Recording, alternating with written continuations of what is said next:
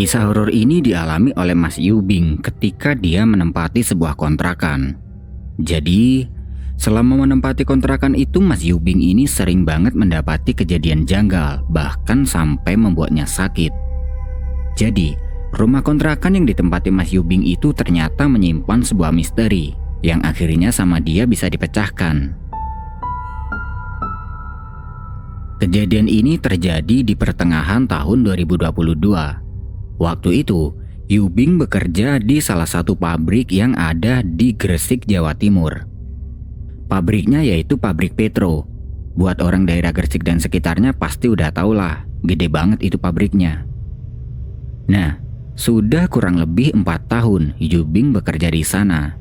Dan selama 4 tahun itu, dia selalu pulang pergi dari Lamongan ke Gresik. Lumayan jauh juga tuh. Perjalanan normal biasanya memakan waktu 45 menit. Berangkat pagi pulang sore, berangkat sore pulang tengah malam, berangkat tengah malam, pulangnya pagi-pagi, dan begitu seterusnya. Kalau gitu, kenapa nggak cari kosan aja di sana? Nah, dia melakukan itu karena dia berat ninggalin ibunya yang tinggal sendirian di rumah. Nggak sendirian sih, ada sepupu ceweknya juga. Dia masih sekolah SMA. Sejak kecil, ayahnya Yubing sudah meninggal. Dia 2 bersaudara, kakaknya cewek dan sekarang udah hidup sama suaminya di luar kota.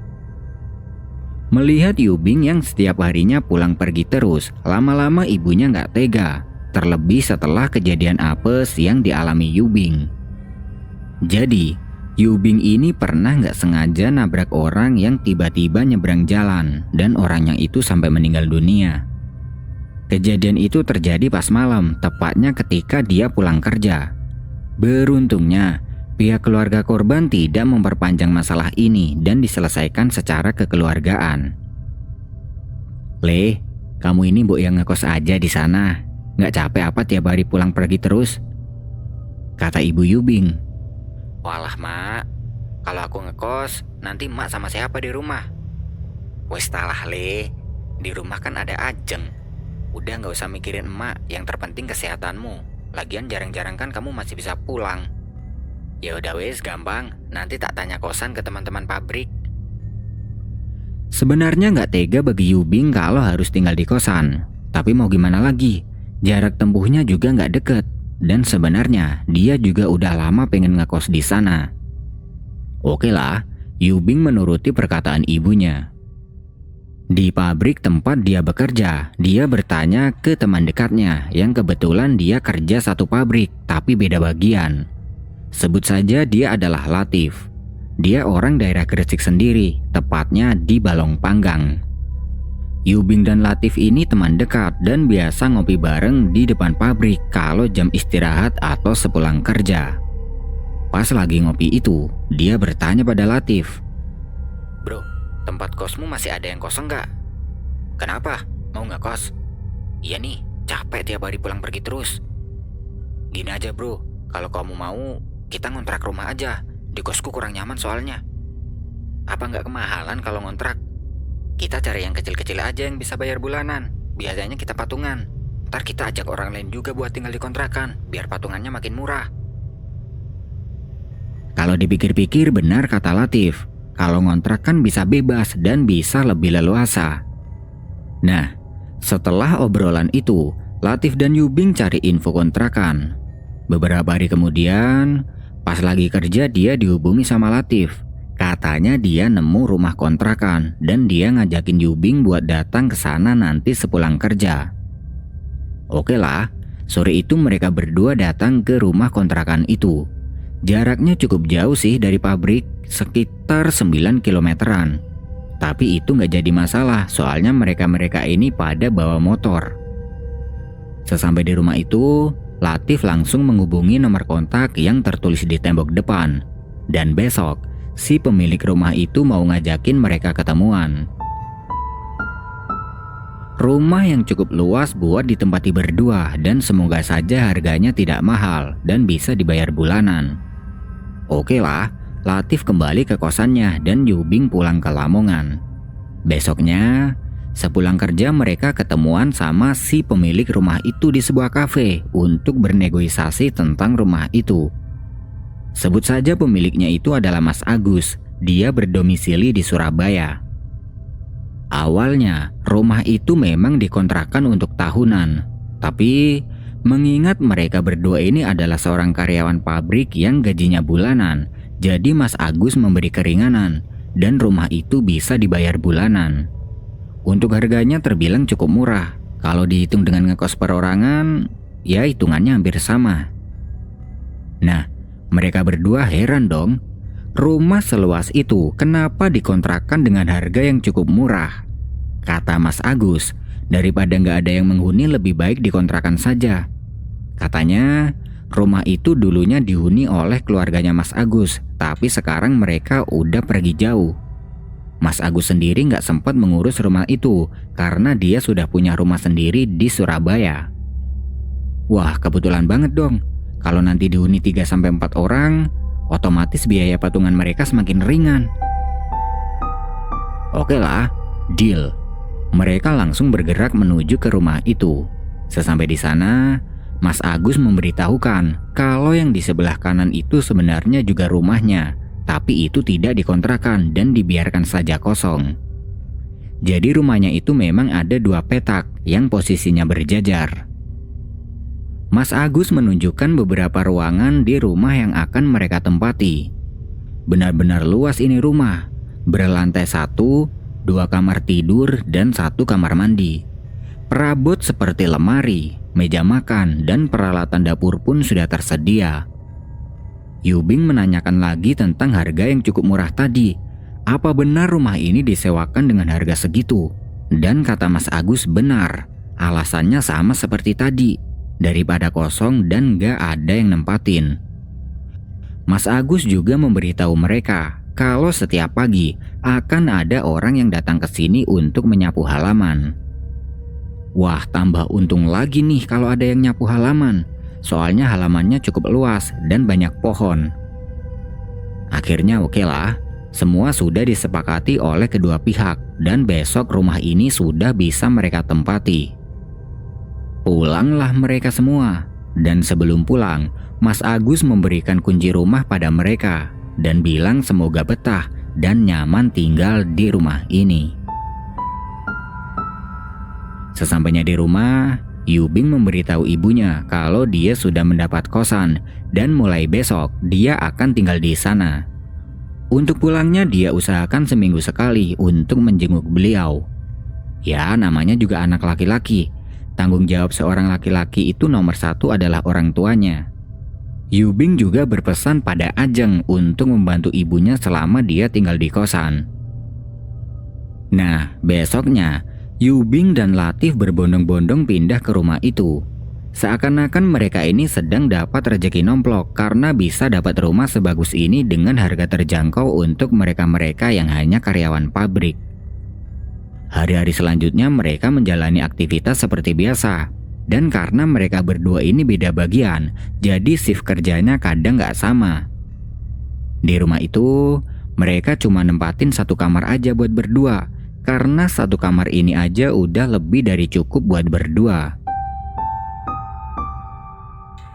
1 hari berjalan seperti biasa, 2 hari juga berjalan seperti biasa, hingga sampai 1 minggu. Pada suatu malam, Latif ngajakin teman-teman kerjanya untuk main ke kontrakannya. Sebagian teman-temannya Latif juga kenal dengan Yubing. Malam itu, Latif dan teman-temannya ini minum minuman keras di rumah itu. Jadi Latif ini emang sukanya mabuk-mabukan, tapi tidak dengan narkoba.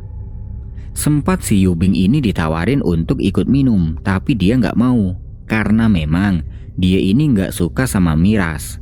Dia cuma ikut nemenin mereka aja. Setelah selesai minum-minum itu, salah satu temannya yang bernama Doyok pamit ke kamar mandi. Dengan keadaan yang udah mabuk gitu, dia jalan nih ke kamar mandi.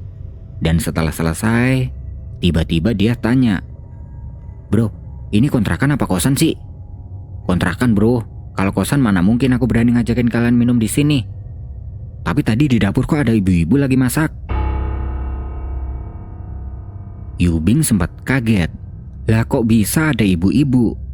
Tapi mengingat mereka-mereka ini dalam keadaan mabuk, jadi mungkin itu tadi hanya halusinasinya saja. Lagian, mana ada ibu-ibu? Orang selama 1 minggu tinggal di sini cuman ada Yubing dan Latif aja kok. Dalam keadaan yang sama-sama mabuk, Latif menertawai. Wah, jangan-jangan itu si Felin, bro. Mana mungkin Felin tua gitu? Jawabnya. Felin adalah cewek yang disukai Doyok. Udah berbulan-bulan dia naksir sama cewek itu, tapi sampai sekarang belum juga jadian. Karena malam semakin larut, teman-teman yang lain pada pamit pulang. Selain Doyok, dia nginep di sini karena katanya besok dia shift sore. Karena masih dalam keadaan mabuk, malam itu Latif dan Doyok tidur di ruang tamu, di sofa, sedangkan Yubing masuk ke dalam kamar. Nah, belum sampai dia tidur, terdengar ada suara langkah kaki yang mondar-mandir di depan kamarnya.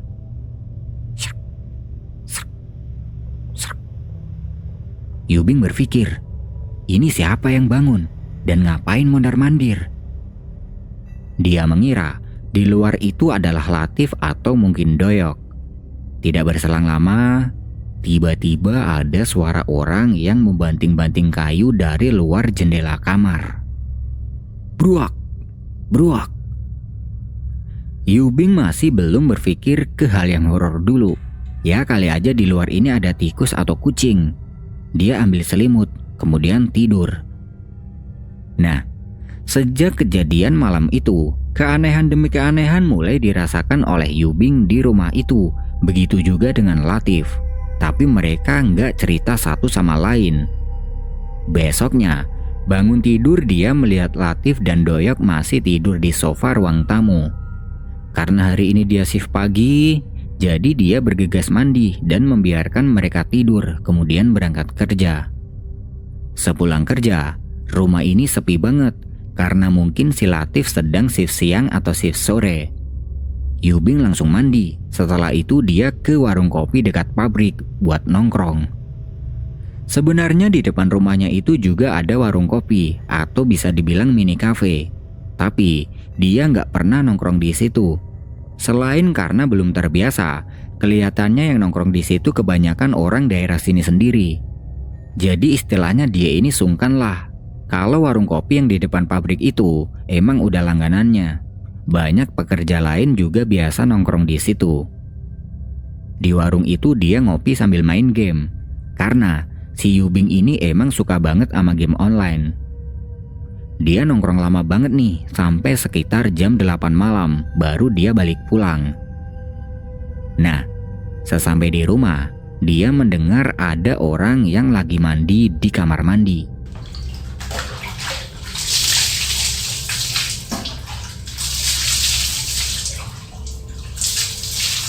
Dia mengira mungkin yang mandi itu adalah Latif.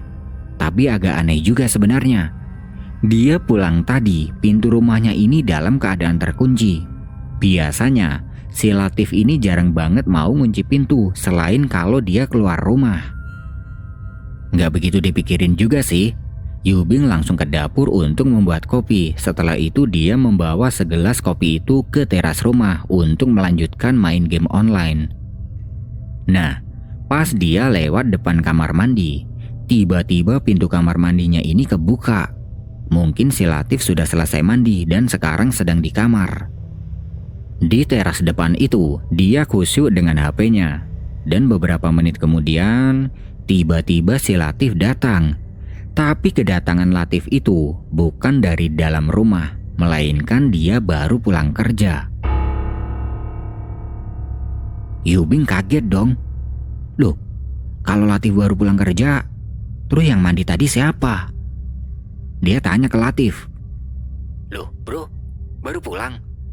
Iya, kenapa kok kaget gitu? Enggak, kirain udah pulang tadi. Shift siang aku. Jawab Latif langsung masuk ke dalam. Yubing bingung dong.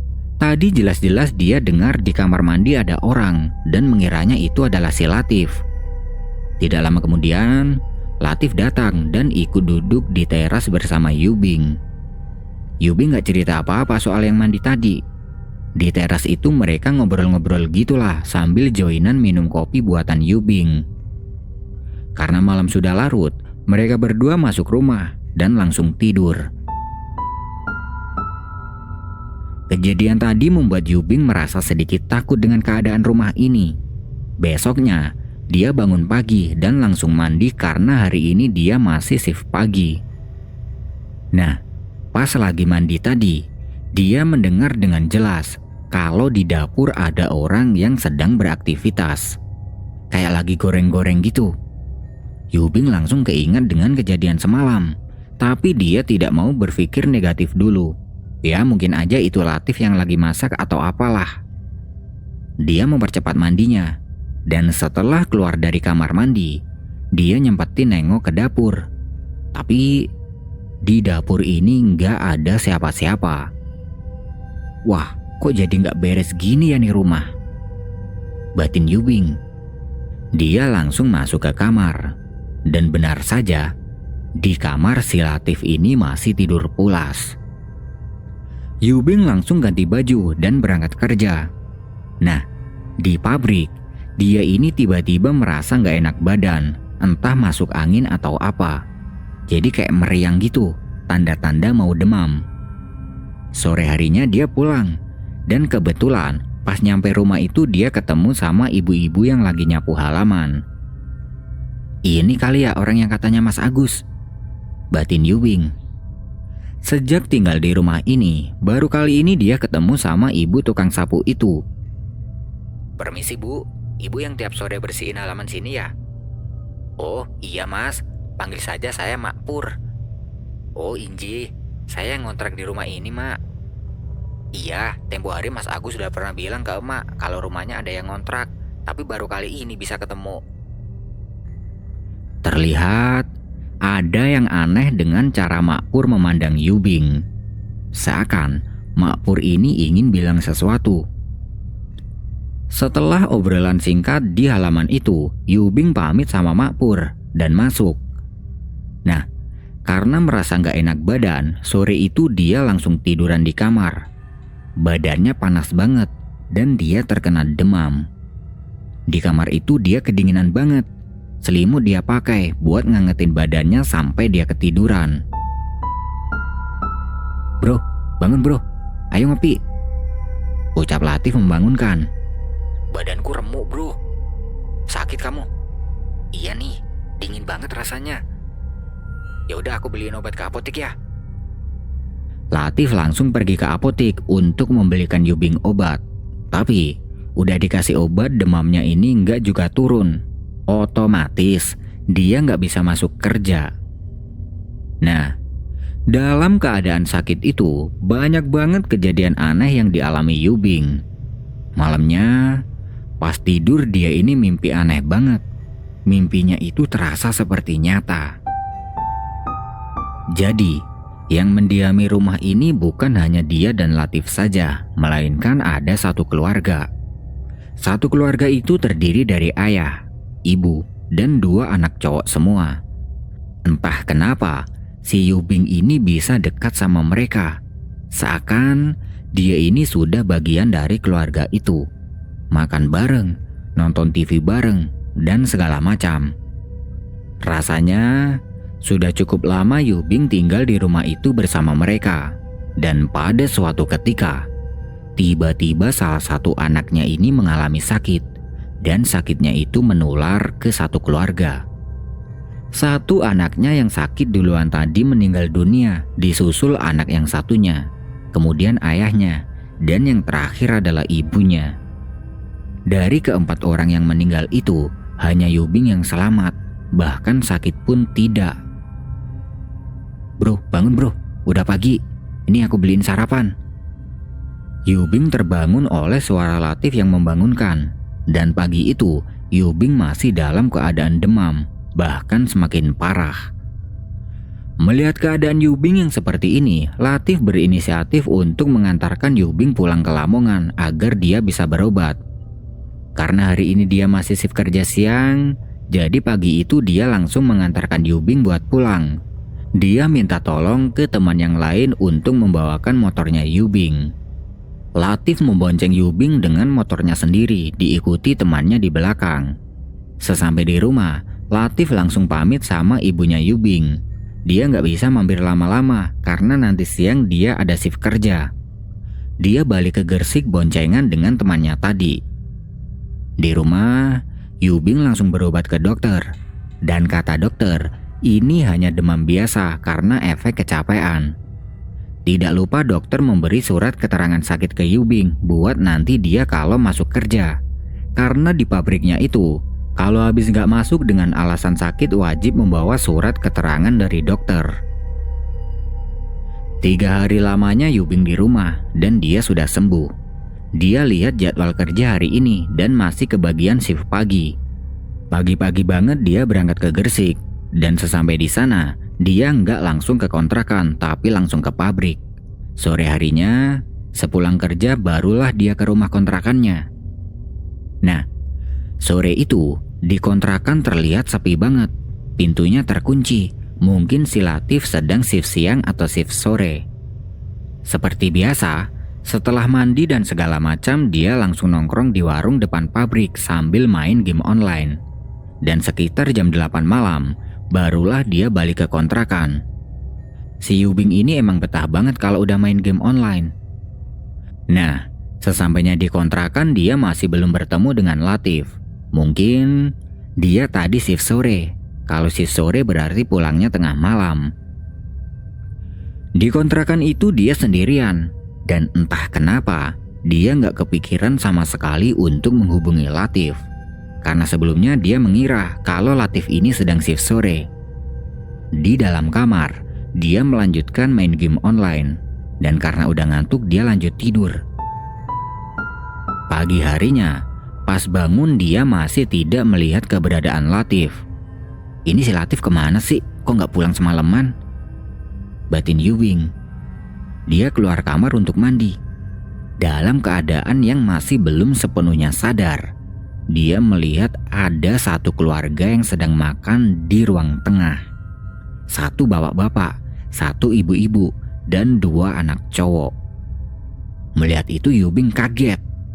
Loh, mereka-mereka ini siapa? Kok bisa masuk rumah? Batinnya. Lalu, mereka berempat menoleh ke arah Yubing.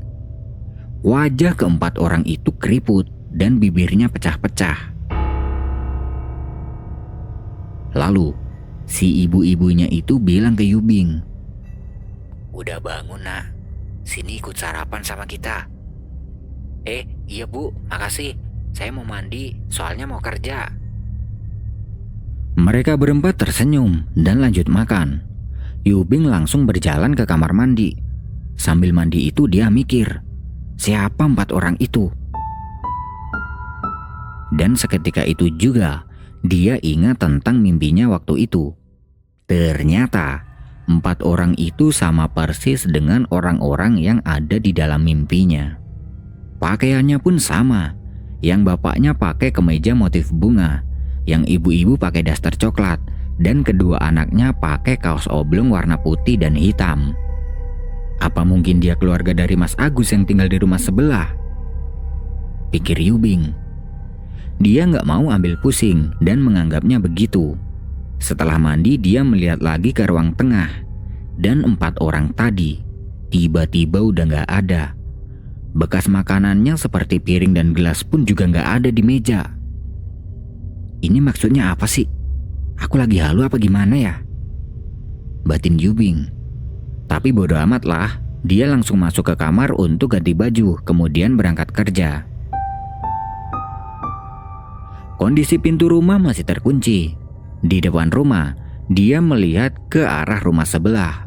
Tapi sepertinya rumah itu juga terkunci, sama seperti sebelumnya, dan tidak ada tanda-tanda orang yang tinggal di sana. Yubing dibuat bingung dengan keadaan ini.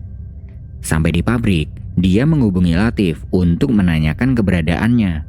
Dan ternyata, si Latif ini lagi numpang di kosan temennya. Yubing bertanya, kenapa dia numpang di kosan temennya? Tapi di dalam telepon Latif tidak memberitahu. Katanya nanti aja pulang kerja dia mau nyeritain. Jadi hari itu kebetulan mereka berdua ini sama-sama shift pagi. Nah, sepulang kerja mereka bertemu di warung kopi depan pabrik. Dan di situ Latif cerita bahwa selama ditinggal Yubing pulang, dia ini sering banget ditampaki sosok-sosok menyeramkan di rumah itu. Mulai dari di dapur, di ruang tengah, di kamar mandi, bahkan sampai di kamar dia juga pernah merasa dicekik oleh seorang wanita yang wajahnya serem banget dan rambutnya berantakan. Cerita dari Latif itu mengingatkan Yubing tentang kejadian janggal yang pernah dialaminya. Dia sedikit menceritakan kepada Latif, hingga akhirnya mereka berdua sepakat untuk memecahkan misteri tentang rumah itu. Sore itu, mereka berdua memberanikan diri untuk pulang ke rumah itu dan berniat tanya ke emak yang nyapu halaman. Tapi sore itu mereka tidak bertemu dengan emak. Mungkin emak udah selesai nyapu halaman karena halamannya udah kelihatan bersih. Suasana rumah ini tiba-tiba terasa mencekam. Setiap sudut ruangan terasa seperti ada yang memperhatikan. Mereka memberanikan diri untuk tetap tinggal di rumah itu sampai mereka tahu misteri apa yang menyelimuti rumah ini. Semakin malam, keadaan semakin terasa mencekam. Dari samping rumah, tiba-tiba terdengar suara kayu yang dibanting-banting. Seperti ada orang yang sengaja melakukannya. "Bro, suara apa itu?" tanya Latif. "Tahu, tikus kali atau kucing." "Gak mungkin, kayaknya ada orang di samping rumah. Kita ke warkop depan aja yuk, merinding aku, sumpah." Karena takut, mereka berdua memutuskan untuk keluar rumah dan datang ke warung kopi depan rumah. Nah, ketika pesan minuman, si penjaga warkop tanya ke mereka, "Mas, kalian yang ngontrak di rumah depan itu ya?" "Iya mas, baru beberapa minggu sih." "Kok berani mas? Emangnya ada apa mas?" Enggak, maksudnya kok berani tinggal berdua aja. Silakan duduk dulu mas." Sepertinya mas penjual ini menyembunyikan sesuatu tentang rumah itu. Mungkin dia tahu sesuatu, tapi memilih untuk diam. Yubing dan Latif berniat tanya ke masnya tadi. Tapi masnya itu bersikukuh nggak mau bilang karena takutnya dia salah ngomong. Dan dia menyarankan pada mereka untuk tanya pada Mak Pur saja, orang yang menyapu halaman. Mungkin dia yang lebih tahu tentang rumah itu. Oke lah, mereka berdua nongkrong di warkop itu sampai pagi. Dan pagi harinya, mereka langsung berangkat kerja. Mereka sepakat kalau pulang kerja nanti langsung ke kontrakan buat tanya ke Mak Pur. Di pabrik, Yubing merasa ngantuk berat karena semalaman dia ini nggak tidur. Tapi itu udah biasa bagi dia. Dia sering gak tidur kalau main game online. Nah, sepulang kerja, Yubing dan Latif langsung datang ke kontrakan. Dan beruntungnya, mereka bisa bertemu dengan Mak Pur yang lagi nyapu halaman. Mereka langsung aja nih tanya ke emak. Dan di situ Mak Pur memberitahukan sesuatu yang membuat mereka merinding dan gak berani lagi menempati rumah kontrakan itu. Kata Mak Pur, dulu rumah ini dihuni satu keluarga, sepasang suami istri dan 3 anak laki-laki. Anak laki-laki yang pertama sudah menikah dan sekarang tinggal di Surabaya bersama istrinya. Anak yang kedua kuliah di Jakarta dan anak ketiga masih SMP. Pada suatu ketika, anak keduanya pulang dari Jakarta dan sesampai di rumah ternyata dia terjangkit virus hingga satu keluarganya tertular dan berakhir kematian. Sekarang tinggal anak pertamanya saja yang masih hidup, yang tinggal di Surabaya, yang tidak lain adalah Mas Agus.